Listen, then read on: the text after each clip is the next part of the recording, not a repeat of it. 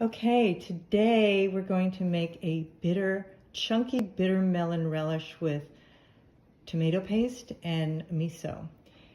This is the bitter melon, and it's usually found in Asian grocery stores. It has a long history of use in Asia, but of course, like all things, it's traveled the world. In fact, a couple of years ago when I was teaching in New York, an African-American woman came up to me and told me that her mom used to grow it all the time in her garden. It is the most bitter vegetable you will ever taste, and it's incredibly therapeutic. Very good for stimulating digestion, much like bitters are used. It's a purgative. It is used in the treatment of diabetes to help stabilize blood sugars. So because it's so bitter, you need to do things first to pull out some of that bitterness. Otherwise, it's just hard to eat. But I suggest you give it a try because you might become a real enthusiast. It can be stir-fried with shrimp or pork, salted black beans. But today what we're going to do first is, well, we cut it in half. You want to look for a bitter melon that is a little bit shiny and firm. And you cut it in half and you can see all these seeds here, which we don't want. So what we're going to do first is we're going to chop it up into pretty thin pieces, about, an eighth, a quarter of an inch, because it will get more surface area. We're going to salt it and let it sit for about 30 minutes. And that way a lot of the bitterness will come out, and you'll see it'll also pull a lot of water out as well. So get into it. And one bitter melon is about 8 ounces, and you can keep the relish in the fridge for about a week. But these kind of condiments are really nice to have around the house so that people who kind of want a little bit different flavor than the meal you're making, you don't have to pull out the ketchup and the mustard. You can pull out relishes and salts, etc. So now I'm going to scoop this out and get rid of these seeds on this one. And just get a nice spoon and you can kind of scrape it out.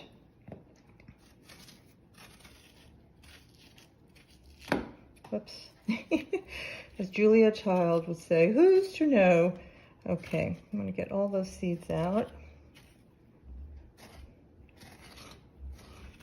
I don't think Julia Child, though, would be cooking bitter melon. So there you go. All right, so we got that. We're going to slice these again. I'm going to just cut off the ends. We don't need those.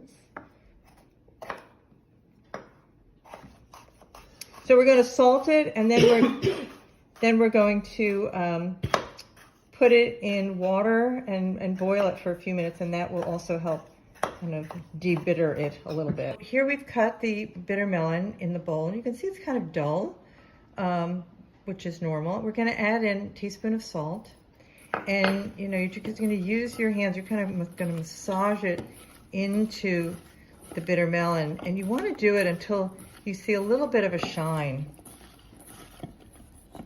You can see how it's even a little bit shinier now because it's starting to pull out the water.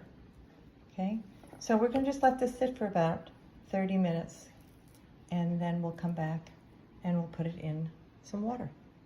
Okay, so you can see that the bitter melon is in the water, and I had brought the water to a boil. And then I put the bitter melon in, and the water stopped boiling, and then I waited for it to come back to a boil, and it's been about 30 seconds, which is really about as long as you need to do it for. So here's what we're going to do. We're putting the oil in. I've got a table pan.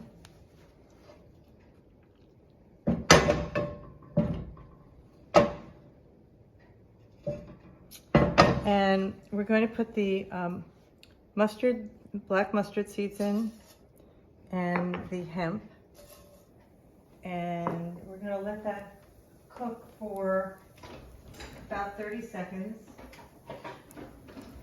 just stirring it around, just making sure that the oil coats it pretty well. Okay, so maybe you can hear a little bit of crackle. That means we're ready now to put the drained bitter melon in. Lots of crackle because the water's hitting the oil. And we just want to stir in those mustard seeds and hemp seeds. You can see them coating pretty. And then we're going to put in, and I'm going to use my clean hands, we're going to put in miso.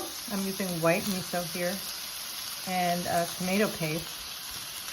And the kind of the salty and the pungent and the sour and the sweet really helps to temper that bitter flavor.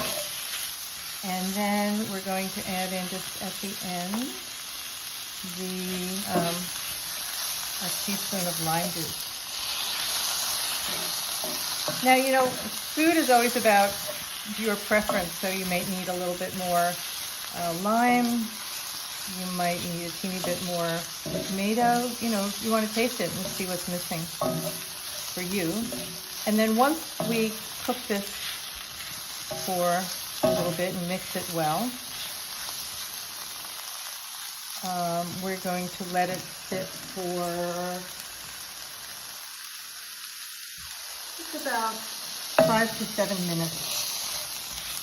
You gotta stir it often so it doesn't stick. And the heat's over medium heat. So we're just gonna let this cook for 5 to 7 minutes, and then when we return, we will take it out and put it in a jar. And then you can have it, tonight I'm gonna have it with some sauteed shiitake mushroom and a little plain rice and a Napa salad cabbage with some basil and vinegar.